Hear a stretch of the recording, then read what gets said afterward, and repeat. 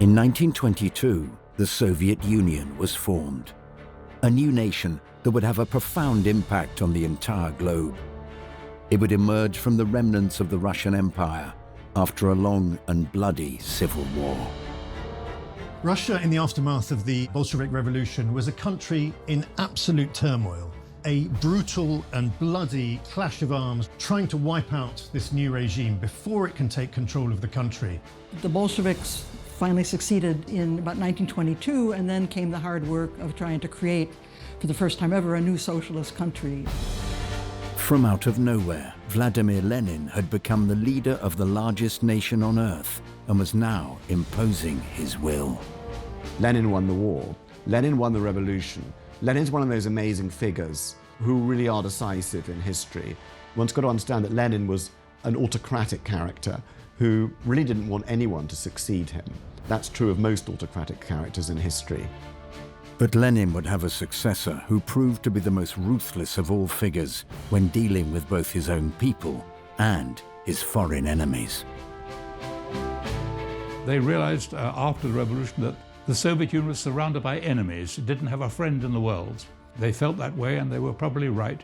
And the only defense was to build an enormous army with a lot of tanks and a lot of aircraft and a lot of ships, which they did.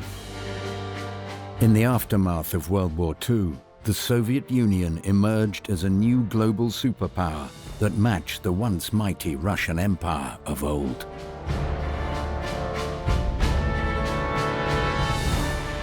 All of us who were then young, we were seeing great achievements by the Soviet Union.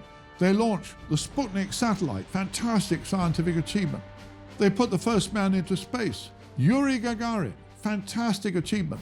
And so people were saying they saw the Soviet Union as a genuine, comparable competitor with the United States. Now, a century from its formation, the Soviet Union seems to define the whole of the 20th century.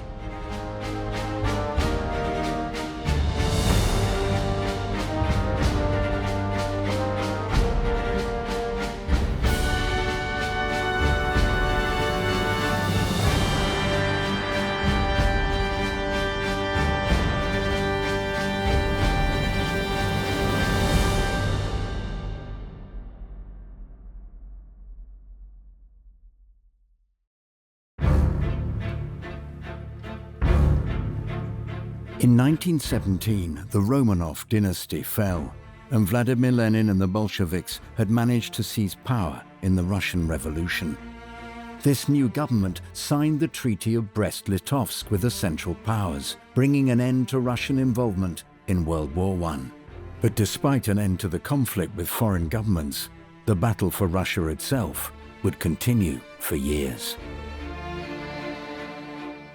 In the beginning, it seemed fairly simple. It seemed to be the Red Army, which was an army of soldiers with hardly any officers, and the other army is the White Army, which you could say was an army of officers with hardly any soldiers, who wanted to put Russia back to what it had been before the First World War and possibly continue that war to a victory. And then it got complicated. For really the better part of 2-3 years, this struggle is taking place for control of this vast and completely turbulent country. At the same time, other things are going on. There is a famine. There's a war going on between Russia and Poland at the same time. And there are endless mutinies, rebellions taking place, notably the Kronstadt mutiny, where the sailors of the fleet rebel against the new Bolshevik government. So not only is the Bolshevik government fighting for its very survival, but it's fighting against powerful and disparate forces, all of whom have one goal, and that is destroy it. Various national groups formed their own armies, the Ukrainians, the Georgians, and they all fought. There was an anarchist army which fought all sides, sometimes allying with one. So basically red and white, with various other factions, and of course from 1919, the Japanese, the French, the British, and the Americans all thought they might intervene and save something from the situation. So there were at least 5 or 6 foreign armies also, mostly fighting the Bolsheviks and trying to help the whites, but in the end giving up, because The presence of foreign soldiers only made the Red Army stronger. It increased national feeling among the peasants and the workers. But while Lenin, as the overall leader of the Bolsheviks, and Trotsky, as the leader of the Red Army, wound up victorious in the Russian Civil War, it was another figure who truly established himself during the fighting. Lenin and Trotsky are now firmly in power. The Cheka is abolished. In its place comes the OGPU, or Political Police. And to check on the OGPU, there is Rob Kreen, the Workers' and Peasants Inspection Group, whose chief is one Joseph Vissarionovich Djugashvili. Party name, Stalin. Well, Stalin was born in Georgia, one of the national areas of the Russian Empire. He was the son of a shoemaker. Initially, he was intended to go into the church. He attended a seminary. He joined the Bolsheviks at a young age, and he became known for his practical work, working in the underground, organizing bank robberies and political demonstrations. He spent a few years abroad, but he was mainly an inside guy. And in the course of the Civil War, he became in charge of all of the Bolshevik cadres, the organization, and he developed a patronage network in that way. So then he became obviously one of the potential successors to Lenin. Everyone underestimated him because he pretended to be not as clever as he was. He pretended not to know foreign languages. He pretended not to have read anything. So they thought, this is a useful gopher. He'll do as a sort of chief whip to get others into organization. And when they founded a central committee, they thought, well, what's the most boring job on a committee? It's a secretary. But the point is that the secretary, if they have enough personality and power and ruthlessness, is the person who determines what the agenda is, who is going to receive that agenda, who is going to be notified of the meeting, and who is going to be allowed to speak, and who writes the notes, and so on. So as a result of that, right to the end of the Soviet Union, the most powerful person was the first secretary of the Central Committee, not the president, not the chairman. And that was Stalin's doing. One of Stalin's key tasks in the Bolshevik Party had been how the issue of the nationalities that made up the Russian Empire would be handled by this new regime. You know, his interest in the nationalities and the creation of the Soviet Union was that Lenin appointed him in 1911, 1912 to be his nationalities expert. And Stalin went to Vienna and lived there for a few months and wrote his paper on the nationalities question, which him and Lenin worked out what to do with the nationalities. You've got to understand that the Russian Empire was a multi-ethnic empire. It contained something like 100 tiny ethnic groups, but obviously a handful of big ones. The biggest of them, of course, was the Russians themselves, Orthodox Russians. But then there were Poles who were Catholic, Finns who were Protestant, Georgians who had their own church, Azeris and Chechens who were Muslim. So the big question in the Russian Empire was, how do we overthrow the Tsar, and how do we liberate these peoples? The problem of national minorities had been a thorny one throughout Europe. Woodrow Wilson decided the solution was to allow national groups to self-determine themselves and create nations if they wanted to. Russia was a multinational empire, so the problem was how to organize the different nationalities. And Lenin decided that nationalities should have their own homelands, that the Soviet Union would be socialist in content, nationalist in form. And so the republics were formed along these national lines. So he'd retaken and reconquered Ukraine and Belarus. He'd retaken the Caucasus, including Georgia, Stalin's homeland. But he'd lost the Baltics states, which became independent. He'd lost Finland and he'd lost Poland. So how does he manage the rest of this empire? And what does he do with these nationalities? Because the Bolsheviks have supported their right to freedom. And all of them have their own nationalist movements now, and all of them would, really like to be independent. That was the big question. What do we do? What kind of new country do we create to keep these territories within our new Soviet Bolshevik state and yet give them freedom? And that's the million-ruble question. In December of 1922, The solution that the Bolsheviks enacted was the creation of a federal system of republics known as the USSR. The name comes from the Union of Soviet Socialist Republics. It was a union of quasi-independent, nominally independent republics. It was Soviet because the political form was elected councils. The Russian word for council is Soviet. It was socialist because the state owned the means of production. To begin with, they had the Russian Federal Republic, which still exists. There was a Ukrainian Republic once they'd entered Ukrainian independence, which lasted until about 1920. And there was a Caucasian Republic, which later split into Georgia, Armenia, Azerbaijan. Central Asia was still in chaos till 1924, and the present stands, Kazakhstan, Tajikistan, Uzbekistan, Kyrgyzstan, they didn't really emerge until the middle of the 1920s, when they'd been pacified. There were great differences between Lenin and Stalin about this new union of socialist republics. Lenin saw it as a decentralized system, with each socialist republic having considerable power over their own affairs. Stalin saw it very differently. He wanted it ruled from the center. He wanted Russia as the dominant force, Moscow as the center of power, and preferably himself running the whole thing. It was quite surprising, given that he himself was Georgian. At the same time as this new state was being established, its leader was falling into a terrible state of health. A series of strokes would render Lenin unable to speak, and a new leader would soon be needed. One man had long been plotting for the position, and he would eventually become one of the most powerful and feared figures in the whole world.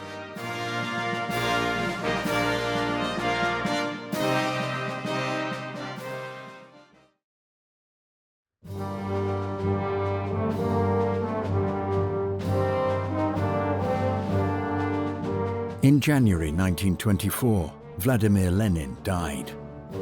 The battle for succession of leadership in the Soviet Union was now truly underway, with one man, Stalin, determined to come out on top. And then on January 21st, 1924, the moon-faced, balding dictator left the scene as abruptly as he had appeared.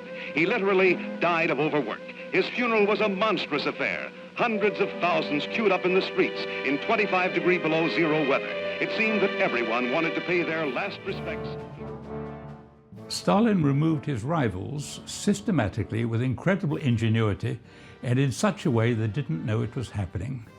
Lenin's great fear, I think, was that Stalin would develop a personality cult, a cult that had already developed around Lenin himself. And in fact, Stalin exploited this. He built up the cult of Lenin. When Lenin died, he took charge of the funeral arrangements. He wanted to have complete control of what happened to Lenin's legacy. It was Stalin who wanted Lenin's body to be embalmed, much against the wishes of Lenin's widow. And once Lenin was dead, this personality cult was transferred onto Stalin himself, and this would become one of the hallmarks of his entire reign of power in the Soviet Union.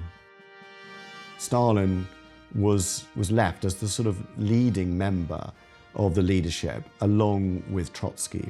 And there were other major figures, Zinoviev and Kamenev, and younger ones like Bukharin as well, and Rykov, who were also key figures. But the leading two contenders were Stalin and Trotsky. And even though this is always presented as one of the great sort of struggles, and it was an amazing thing that Stalin won this succession struggle, actually, he'd really already won it by the time Lenin died. He was already the leading figure in the regime. And, somebody had to do something pretty radical to stop him. He already controlled the party machine, and the party controlled the country. So Trotsky was actually his ideal competitor. Trotsky was very arrogant and so famous and so preeminent and so pleased with himself that he really believed that he didn't need to do much organizing, and he would simply be given the leadership.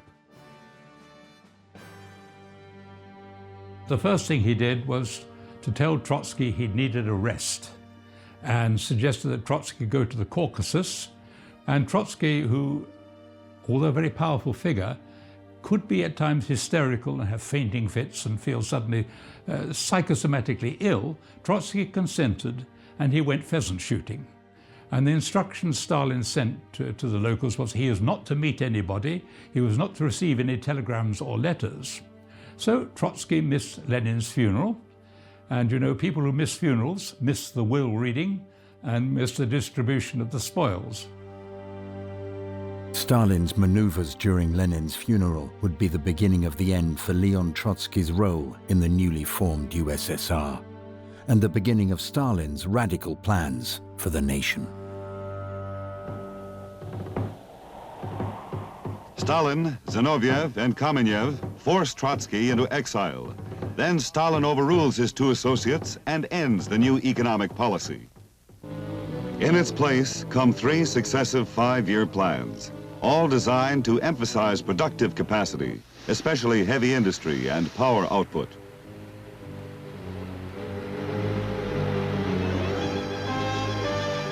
From 1928 to 1941, Russia's industrial capacity rises nearly 300%. After the Civil War, Lenin had promoted a policy of compromise, economic compromise, the new economic policy, which allowed quite a lot of market forces to delay communism because the country was so impoverished. And of course, in the Communist Party, there was a wide variety of views about which way they should go, whether they should allow some market forces or whether they should have a strict communism with collectivization. But at the same time, another big issue was industry. And the Tsars had begun to industrialize Russia in the 1890s, but of course that had all been destroyed in the war. And so now they looked towards America, the rising power, and they saw this extraordinary industrial miracle that was happening in America with mass production, and they wanted it too. But while the Soviet Union wanted to emulate the industrialization witnessed in countries like the United States of America, it remained very wary of its precarious place in international affairs. Well, the Bolshevik Party, which became the Communist Party, was split in its foreign policy. Those on the left believed that a revolution in one country could not survive only by itself, so they believed that only a world revolution could bring real socialism. So they believed that Britain, Germany, France, the United States also needed to become socialist in order to make the revolution succeed. And so part of the party policy was to organize and support foreign communist parties, to undermine governments, and to carry out this revolution. But at the same time, the Soviet Union needed to survive in the world that existed, so they were also engaging in diplomatic relations with these powers, trying to arrange trade deals so that they could borrow technology in order to develop their own economy. So there was this two-pronged policy. On the one hand, they were being nice to capitalist countries. On the other hand, they were trying to undermine them with their local communist parties. The foreign policy changed, and he was extremely flexible with the foreign policy. But the essential thing was just to strengthen the Soviet Union wherever possible, by any means possible. And in that sense, he was actually he was very radical internally. He was incredibly murderous internally. But outside in foreign policy, he was, very much a traditional statesman, making alliances, winning friends, trying to win territory in order to make the USSR great. The early years of the Soviet Union, both Lenin and Stalin after him really craved foreign recognition. They wanted this new revolutionary state to be recognized by countries across the world.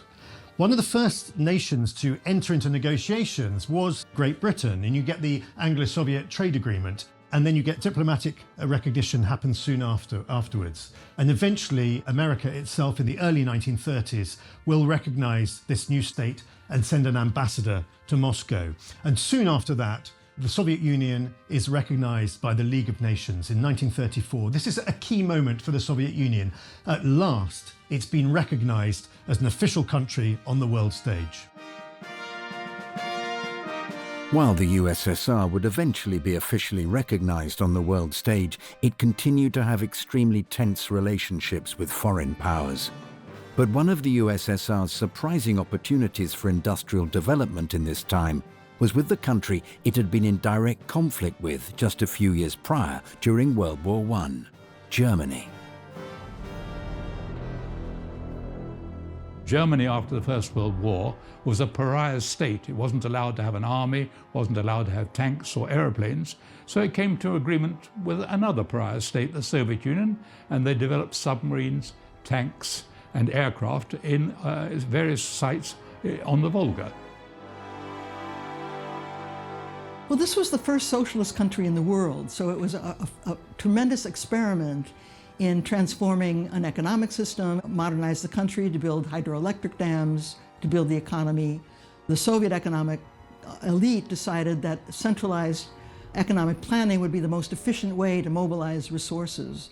So targets were set for every sector of the economy by the center, and orders were given to all parts of the economy to fulfill their parts of the plan. So initially, they recognized that they needed to build infrastructure and heavy industries, transportation, energy sector, and machine manufacturing in order to provide the capacity to then develop the economy further into consumer goods and a broad-based economy. But everything was mobilized toward the plan. And so Stalin, in the end, embraced the extreme leftist view of communism, which was collectivize, eliminate all property, but also to make this into a great power and to promote industrialization. And the best way to do that was to collectivize the fields and the farms and then sell the grain abroad and buy technology to industrialize the country. And that was the policy he decided on. So it was a radical policy. And by about 1928, he decided that that was the only way to go, to make the Soviet Union a great power and to ensure the survival of the USSR. And that was what he decided to do. And he would do it at any cost.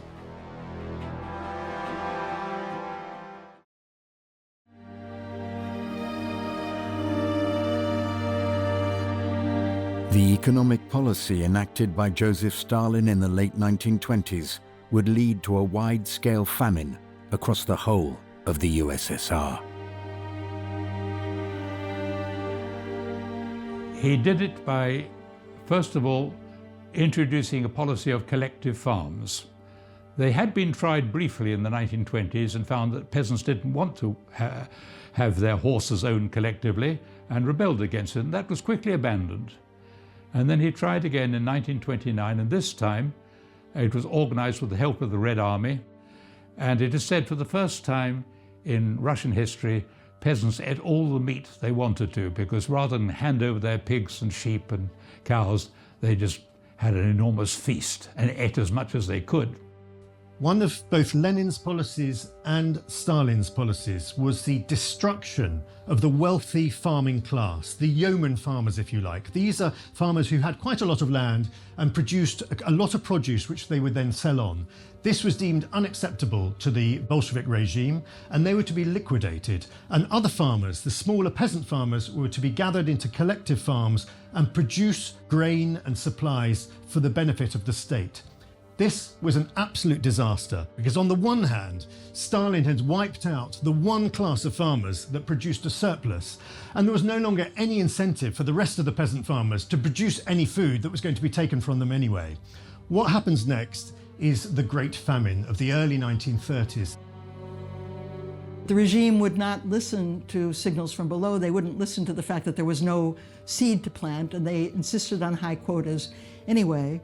And this led to an even worse harvest the next year with loss of life and devastation, mostly in Ukraine because this was the main grain growing area, but it would also affected parts of southern Siberia and eastern Russia as well.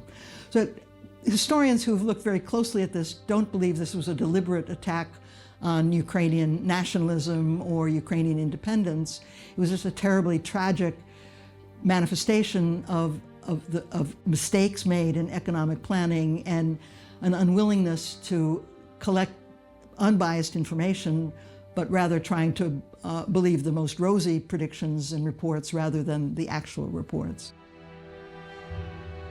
Records weren't kept properly, but we know how many people died simply because of the census report, that in 1937 there are about 12 million people missing from the population. Well, they shot the people who took the census, and they had a new census which was faked. And the problem with this famine was that there was a depression going on all over Europe and so on, and there wasn't much demand for buying grain from the Soviet Union. So the price wasn't good. They had to sell more and more in order to finance their industrialization. So that famine killed an enormous number of people, between 10 million and perhaps 15 million, because it happened not only to Ukrainians, it happened to Russian farmers. There was a sort of insanity about it, the agricultural policy. And the workers, I think, party workers got quite cynical. They realized their job was to destroy. So vineyards were torn up and farms destroyed. Animals destroyed. The grain wasn't even stored properly. It rotted in great railway sidings. So it was a form of madness. But it did solve one problem. It got rid of the peasantry as a force. Those who survived were cowed. But it was not just the peasantry that was terrorized. The very leadership of the government and the original Bolshevik revolutionaries would also be targeted. He would take his old Bolshevik comrades, many of whom had helped him maneuver him into the position of absolute power, and he would proceed to liquidate them in these show trials that took place in Moscow. Men like Kamenev, like Zinoviev were put on trial on trumped-up charges, and there was never any doubt that they were going to be found guilty. And he really went through many of his old Bolshevik comrades. They were put on trial, they were found guilty, and they were executed. It was absolutely brutal. These are also the years of the great executions called Yezhovshchina, in honor of Stalin's executioner, N.I. Yezhov. How many people are permanently removed from circulation? No one knows.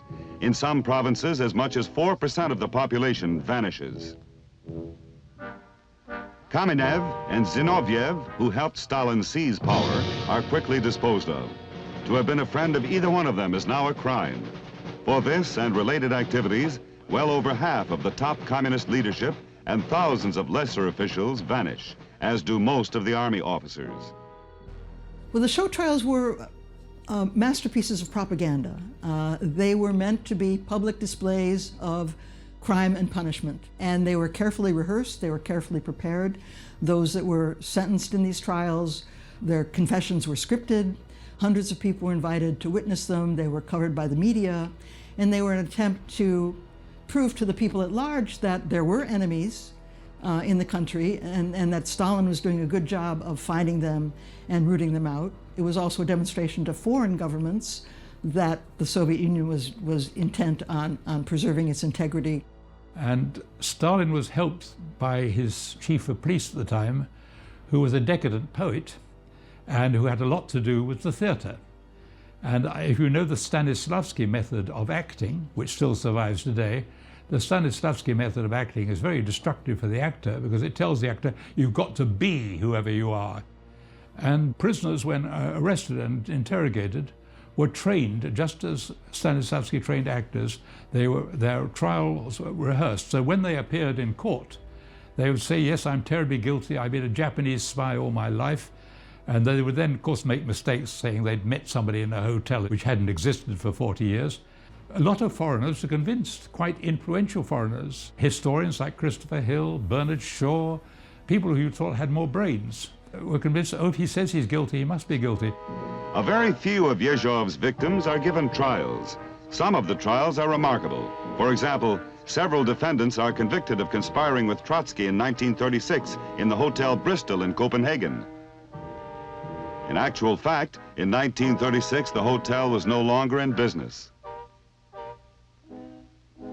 Next case, in 1938, Yezhov himself is purged, together with many purged judges, labor camp operators, and the like.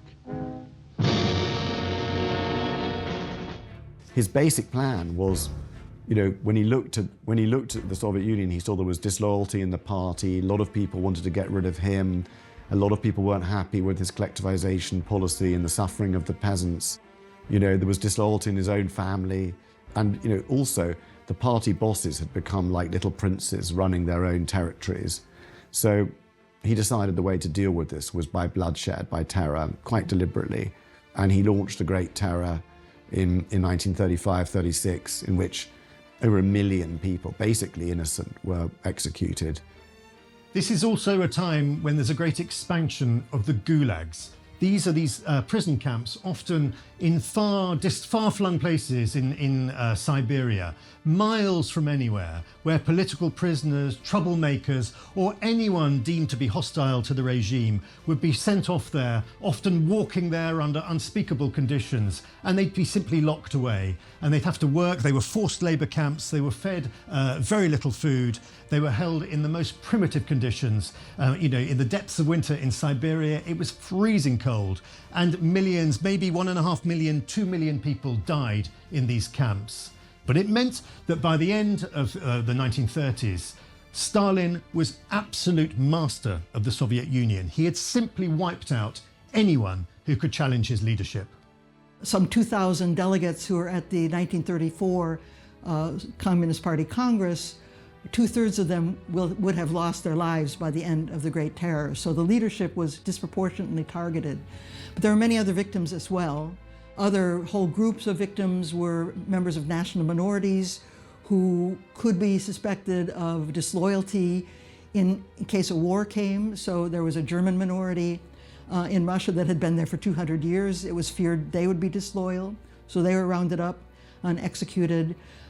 Poles living on the borderlands between the Soviet Union and Poland, it was feared that they would turn on the Soviet Union in case of a war, so they were also targeted and victimized, not for anything they did, but just for the language that they spoke, basically. So it was a completely cynical thing. It went on for about 18 months, and then there were several incidents which even Stalin realized made it impossible to go on. For instance, there was a low-temperature laboratory in Moscow, and they'd arrested so many of the scientists that it was about to explode and destroy a large amount of the new Russian underground that was being built. And so they decided to reverse things. The little chief of police, Nikolai Yezhov, had become a drunk, completely drunk, and was stopping to turn up for work. And Stalin decided to get rid of him. So the Great Terror came to a fairly sudden end towards the end of 1938. And 1939 became a sort of almost paradise year in which you could write what you liked, you could walk the streets, you could say what you liked, and nobody seemed to be bothered. It didn't last long, but it was an extraordinary period, 1939. If you look at the books that were published then, and you can see Stalin started relaxing. After the Great Terror, he was in some ways morally exhausted. It may be that he realized that it couldn't go on, that he'd be left with no population to rule. By the late 1930s, the changing nature of Europe refocused Stalin and the USSR's attention on global rather than internal affairs.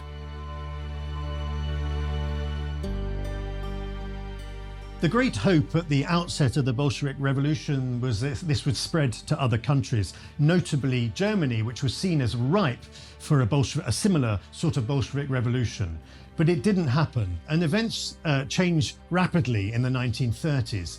Germany becomes the dominant power in Europe. Hitler is the dominant personality in Europe, and Stalin recognizes this.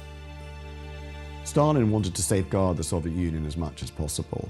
He regarded Hitler as his first enemy, but he also regarded the Western democracies, France and Britain and America, as capitalist enemies, who after all had intervened to try and destroy the Soviet Union in the Civil War. So he was very suspicious of them, perhaps more suspicious of them. At least, I suppose, he thought that the Nazism, a fascist movement opposed to communism, at least came from revolutionary popular roots and was run by a leader, a single leader like himself with whom he could do business. And so as war became closer and the pressure rose in Europe, he needed to make a decision on sides. Stalin's ultimate decision would be made behind closed doors when Joachim von Ribbentrop, the foreign minister of Nazi Germany, headed to Moscow in August of 1939 to meet with his Soviet equivalent, Vyacheslav Molotov. A pact between the two nations was being prepared. In 1939, Stalin accepted that sooner or later he was going to have to fight Hitler.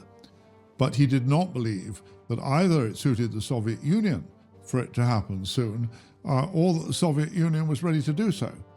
he also saw the opportunity for territorial booty in Finland, in Romania, in Poland, which he was happy to seize.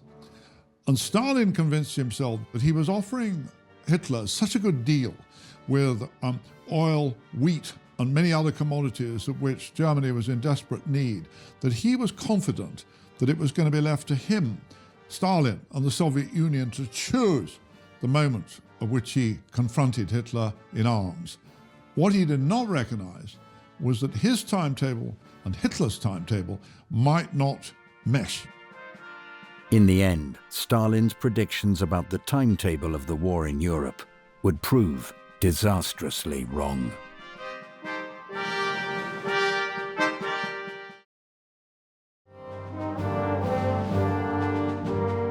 In August 1939, it was publicly announced that the Soviet Union and Nazi Germany had signed a non-aggression pact. The news would cause shockwaves around the world. The lights began to burn all night in Moscow. British and French military missions arrived to confer with the Soviet government. So did German representatives. And on August 21st, 1939, the world was set on its heels by the announcement of a treaty between the Russians and the Germans in which they agreed not to fight each other. Here were the admitted arch-enemies in a state of apparent friendship. It was too fantastic to make any sense. It didn't. When the news of the Molotov-Ribbentrop Pact was announced to the world was absolutely stunned. This had all taken place in secret. All the negotiations had taken place behind closed doors. No one could quite believe in the West that Stalin would do a deal with his arch-enemy, Hitler. But also, inside the Soviet Union, there was deep and profound shock that Hitler, who'd been presented by the regime as the ultimate monster, suddenly Stalin was sitting down and doing a deal. Not just a deal, but signing a non-aggression pact with him. Well, Stalin and the Soviet leaders were very much afraid of Hitler's intentions, starting from when Hitler came to power in 1933 with an avowed anti-communist platform. One of the first things Hitler did was to outlaw the German Communist Party and imprison the German communists. It was starting in 1936, therefore, the Soviet Union adopted a policy of support for popular fronts, trying to rally all socialists and all moderates in popular fronts against fascism. So they were very much trying to join an international coalition to fight Nazism and to fight fascism. From 1936 to 1939, Stalin was trying to join various collective security pacts with Britain and with France, but they were not letting him in. And when Stalin was excluded from the Munich agreements, he began to feel that he was going to be excluded from any protection that collective security might give the Soviet Union. So then they started negotiating on the other side for some sort of pact with Hitler that would protect them. Many communists in Western Europe and in the United States were deeply bewildered by the Molotov-Ribbentrop Pact. This was something completely unexpected, something they could not reconcile with their enormously high ideals. But in the end they did so. They believed that the Comintern and the Kremlin must know what they were doing, and so they went along with it. But it did sow extraordinary confusion in the minds of Western communists. So it was a cynical thing to do, to suddenly announce that the Germans were your friends and to start imprisoning people that you denounced Hitler in their books and articles at Communist Party dictate. And for 2 years, of course, this was official policy. We collaborate with Hitler because at least he's fighting the capitalist West. Just over a week after the Molotov-Ribbentrop Pact was announced, Nazi Germany invaded the western half of Poland, marking the beginning of World War II. Only a couple of weeks later, the Soviet Union took over the eastern half of Poland in exactly the way that the two nations had secretly agreed. Part of Poland passed over to the Soviet Union, and the three independent Baltic states of Estonia, Latvia, and Lithuania were also handed over to the Soviet Union, which gave them more space between them and the expanding German Reich, which they hoped would help them if and when an invasion came. He thought, and he did, he thought he'd get the Baltic states, he'd get half of Poland, and that half of Poland irritated him enormously because it was the half of Poland he had lost in 1920 when he was in charge of the war there, and it had been settled by Polish officers. So he took great care when he, under the Molotov-Ribbentrop Pact, he was entitled to take over that part of Poland, to slaughter 22,000 Polish officers who were taken prisoners. And in fact, it made it much easier to cushion the eventual Nazi invasion. The invasion of the Soviet Union itself would occur on the 22nd of June 1941, when Operation Barbarossa was launched on Hitler's orders. One of the most extraordinary stories of the Second World War is that in Germany, Stalin, through communist sympathizers, had the most superb intelligence of any service, any nation in the Western world. And all his spies in Germany were telling him repeatedly that Hitler was going to attack him. And they told him so with the utmost authority, with the best information. And all of this information was getting through to Moscow, and Stalin absolutely refused to believe it. He'd been warned by Churchill himself, had sent intelligence to Stalin saying that this is going to happen. And most importantly, he'd been warned by his spies in Tokyo, notably Richard Sorge, had told him not only that Hitler was going to invade, but he'd actually told him the exact date on which the invasion was going to take place. Stalin refused to believe this and dismissed these accounts as fabricated, and it meant that the Red Army was totally unprepared. Hitler and Stalin read the same books. One of them is Clausewitz on war. Clausewitz fought with Napoleon and realized Napoleon's mistake was to fight on two fronts, in Spain and in Russia. Well, Stalin concluded, if Hitler's read this, he knows. I've read it, I know. You only fight on one front. Hitler is busy fighting Britain and France. When he's finished with them, then we can have a war, but he's not going to attack me until he's finished with them. And on that basis, Stalin made one of the biggest mistakes he ever made. When the invasion came on the 22nd of June 1941, where the Wehrmacht rolled over the Soviet frontier on a massive 1,600-mile front, millions of men, tanks, machinery rolling over, this stunned Stalin. Stalin had no idea that Hitler was going to invade his country. It came as a deep and profound shock. Stalin's behavior immediately in the aftermath of the invasion of June 1941 was quite extraordinary. He went into seclusion for days. Many people afterwards believed that his comrades were going to kill him, literally kill him, murder him, assassinate him, execute him, because he was alone responsible for this extraordinary crime, this extraordinary folly of allowing Germany a free pass almost into the Soviet Union with that invasion. And so all these frightened men around him who Stalin was expecting to kill him, for the first few days, they too were in chaos. They too were bewildered. They too couldn't think what to do. And in the end, Stalin rallied. Stalin came round. Stalin began once again, at first cautiously, at first rather nervously, to exercise his authority. At first, Stalin faced astonishing losses. I think something like 6 million men were lost in the first year of warfare. And Hitler raced towards Moscow, towards Leningrad, into Ukraine, towards Kharkov, taking everything before him, before the Russians started to sort of gather a proper resistance and started to fight back and stop them, which they only managed to do in October 1941 outside Moscow. But before then, it looked like everything was collapsing. And Stalin himself said, Lenin left us a state and we've screwed it up. And for a second, he doubted that whether he could do this. And they came and got him and said, his henchmen came and got him and said, we need you to take control. And when that happened, it was as if the mistake of being surprised by Hitler was forgiven. And he was able to start with a clean state, and he did. But as the German army moved ever closer towards Moscow in 1941, it seemed to many that just 2 decades after its formation, the Soviet Union was on the brink of annihilation.